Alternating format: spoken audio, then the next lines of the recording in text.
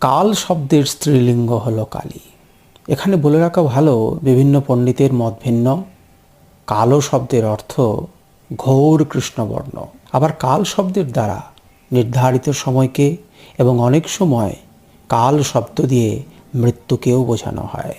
শব্দকল্পদ্রুম মতে কাল শিবঃ তস্য পত্নতি কালী, অর্থাৎ শিবই হলেন কাল।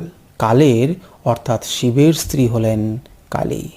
মহাকালের বিশেষ শক্তি কালী। দশমহাবিদ্যার প্রথম এবং আদি মহাবিদ্যা ইনি।